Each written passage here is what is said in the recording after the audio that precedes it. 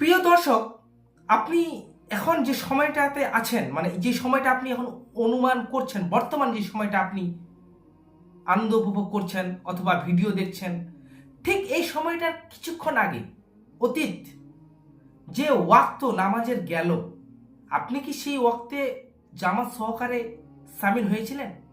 প্রশ্ন কিন্তু আপনাকে, কেন আজকে হঠাৎ করে বারবার এই একই বিষয় যে সলাৎ সলাৎ সলাৎ, কেন আমরা সলাৎ নিয়ে বারবার ভিডিও আনছি? জি, সলাৎ আমাদের এতটা গুরুত্বপূর্ণ, নামাজ আমাদের এতটা গুরুত্বপূর্ণ যে পৃথিবীর সবচেয়ে দামি ইবাদত, পৃথিবীর সব থেকে পাওয়ারফুল ইবাদত, তা হচ্ছে সলাৎ।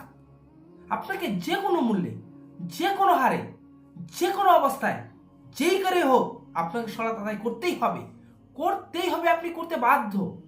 যেমন আপনি বেঁচে থাকার জন্য আপনার খাদ্য জরুরি, বেঁচে থাকার জন্য আপনার জন্য জল, যে জল খান, অক্সিজেন, যে অক্সিজেন আপনি নেন, এটা একদম জরুরি। ঠিক তেমনি নিজেকে মুসলিম হওয়ার জন্য 5 ওয়াক্ত সালাত অত্যন্ত জরুরি, একদম পয়েন্ট অফ দ্য নোট।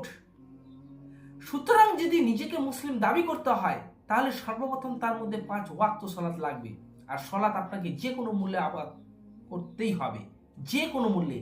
পৃথিবীর সবচেয়ে দামি ইবাদত তা হচ্ছে সালাত।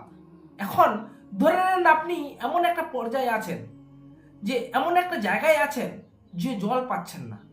তো জল যদি না পান, তাহলে আপনি অজু করবেন কি দিয়ে? তাহলে আপনি ভাবছেন যে এখন তো জল নেই, তাহলে পরে আমি সালাত আদায় করবো। জি না, জি না।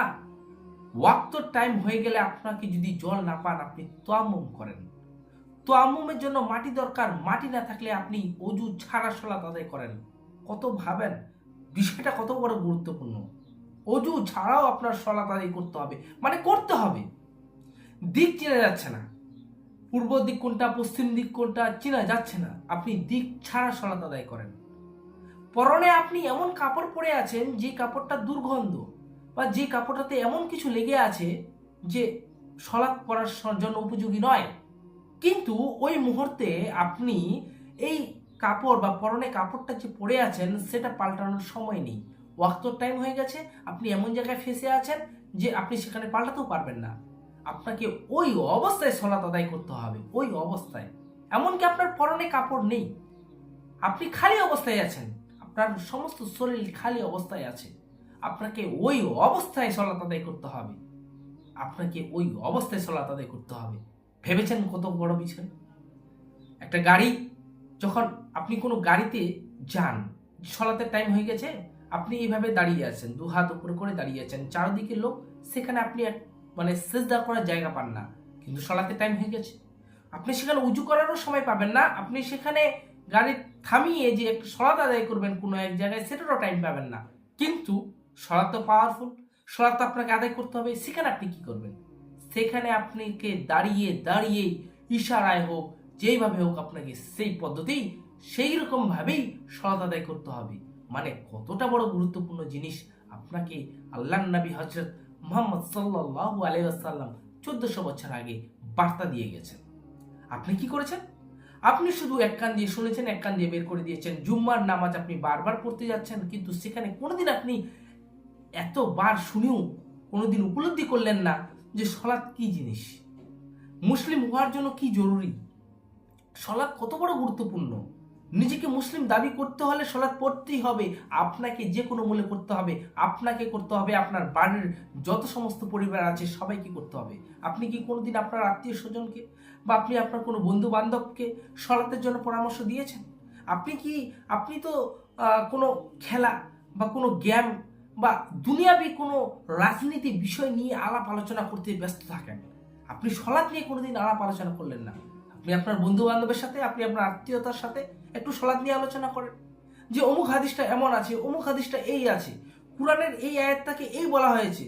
আপনি কি জানেন, এই যে দুইজন কথোপকথন, এই যে আত্মীয়তা, এই যে বন্ধুত্বের মধ্যে যখন কথোপকথন হবে, জ্ঞান বাড়বে, সালাত সম্পর্কে আপনি আরো বুঝতে পারবেন, আল্লাহ সম্পর্কে আপনি ভয় করবেন যে হ্যাঁ, এই সব কিছু সৃষ্টির পিছনে একজন আছেন, তিনি হচ্ছেন আল্লাহ, আর আপনি তাকেই অবহেলা করছেন।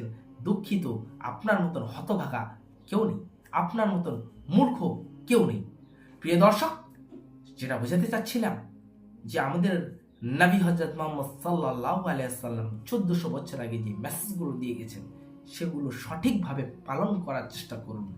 নচেত আপনি ইহকালে যদি উত্তর আপনাকে দিতে তো হবে, যদি ইহকালে উত্তর দিতে না পারেন পরকালে আপনাকে উত্তর বুঝিয়ে দিতে হবে, এবং তখন উত্তর দিতে না পারলে আপনার জন্য জাহান্নাম সরাসরি রেডি থাকবে। আর আপনি সেখানে কোনোদিন এমন বলতেও পারবেন না, আপনি আশাও করতে পারবেন না যে আপনি জান্নার জন্য দোয়াও করতে পারবেন না, যে আল্লাহকে বলবেন যে আমি একবার আমাকে সুযোগ দেন যে আমি পৃথিবীতে আবার যাব, এবার আপনার জন্য ইবাদত করে আসবো, সে সুযোগ আর নেই।